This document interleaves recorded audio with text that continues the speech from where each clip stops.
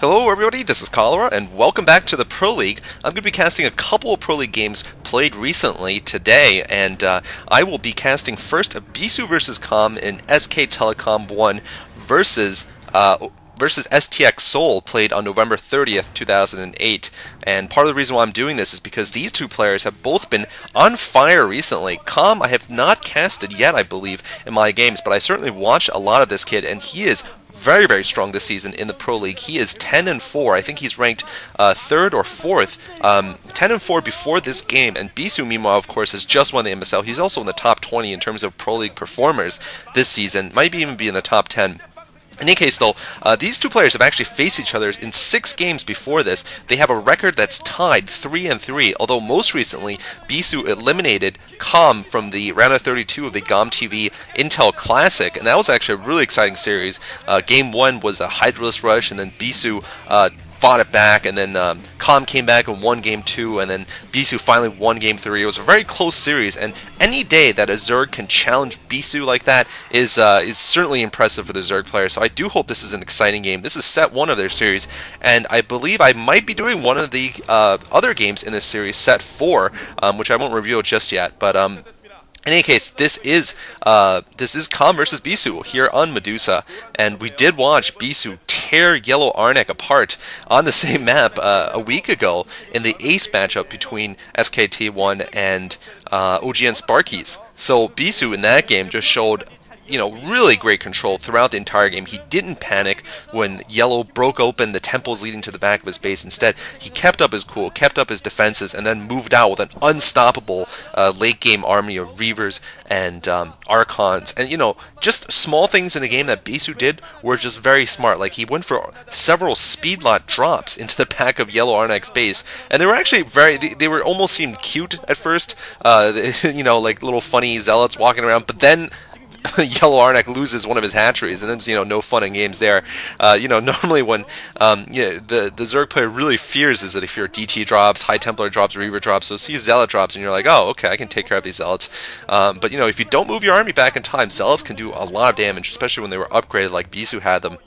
Anyway, it looks like both players are going to scout each other early here. I am curious to see what Com has to say about this, what he is going to try against Bisu. In Game 1 of the GOM-TV Classic, for example, Com went for a fast speedling build into 2-hatch Hydralisks, a very all-in Hydralist rush that almost succeeded, but Bisu had some great micro, sensed it the moment he saw it, which wasn't even that early. He saw it quite late, actually, after Hydralist had already had speed upgrade and everything. He just threw up enough cannons, and he had just absolutely meticulous probe control. He used basically just probes to defend himself for quite a while against the Hydralisks. And that is, no mean feat. Basically the probes are delaying for the cannons to come up.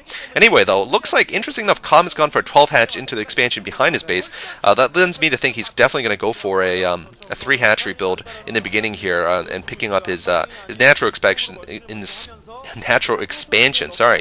second. And part of the reason why you might want to do this is just in case your opponent goes for something like a 2-gate build, a 2-gate rush, that back hatchery is going to be almost invulnerable against a 2-gate zealot rush, and you might be able to pump more Zerglings from a defended location, and then be able to defend this new hatchery as it comes up. Anyway, that's part of the thinking, I think, for why you would go for the gas expansion second, and looks like Com's going to have a little bit of trouble here planting. Bisu doing a nice job, although his probe is down on hit points here, and it probably won't be able to harass much longer without dying. Looks like he gets the pylon down, though. Oh, and it manages to live, too. So nice work there by Bisu. That's going to slow Com down a bit. And Com actually is putting the hatchery in off position, which means he will be going for a 4th hatchery early on. Bisu basically forced him to do that in order to delay his hatchery.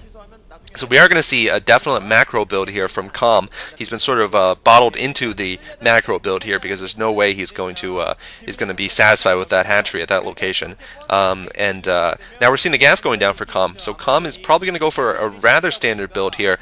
Most likely going to go for something like a fast lair, or something like what we've been seeing recently, sort of the spire into multiple hatcheries and Hydralisks, usually 5 hatcheries and Hydra's Den, and using the Spire just for Scourge. I guess I'll call that like the 5-hatch mid-game Zerg build, but we've been seeing it so often. I guess Lurker Scourge build is also appropriate. Anyway, though, that's probably what we're going to see, although it's possible if he can kill this Zerg... nope, there goes the lair. I was going to say it's possible that he would have gone for a 4-hatch Hydra build, sort of a rush build, but that would actually mean he would have probably gotten his 4th hatchery before the gas. It would have been pretty obvious to Bisu, actually, since he has that scouting probe still alive. Com's actually going to take a while, I think, before he gets the probe, if Bisu micros correctly, because there's only 2 Zerglings. They're not going to be speed upgraded for quite a while. And Bisu, of course, is a master of his probes. He really, I mean, these things, you know, usually say Bisu is like, you know, the master of, you know, Bisu build, for example, or Stork is great with Reapers, but Probe Micro is also really essential in any Protoss player's repertoire, and Bisu has some of the best probe scout survival skills of any player. Something like he'll keep this probe alive in pretty much any race's base for as long as any player humanly can. Oh, there's Toss Girl! Toss Girl, what are you doing? She's not even on the lineup to play today, but she's there. That's nice. She's actually shown up to something. I hardly ever see her in any STX games, but she is officially a member of STX Seoul, although it's been, I think, over a year and a half since she's played her last Pro League game. You know, STX doesn't have the luxury to just lose games left and right, which is all that Toss Girl has ever done, unfortunately, in the pro games she's played. Anyway, though, a Zealot sneaking into the base here, and pretty much just for scouting purposes. Bisu not going to be able to do much else with the Zealots, getting chased around by those 5-lings, and it will get killed off now, so he's just going to, even if he did scout the whole base, so he's just going to confirm that Com is going for a relatively standard build here, and Bisu now is going to have continuity in his scouting. Just look at that. I mean, it went from Probe to Zealot, and now to Corsairs. And he is going to be going for the Corsair DT, his signature build, the Bisu build. Well, of course, if he builds lots of Corsairs and DTs, then only technically will it be the official Bisu build, but it certainly is. I'm going to call it the Bisu build. He gets the luxury of having it called the Bisu build because he is Bisu and he built it. And also, it is...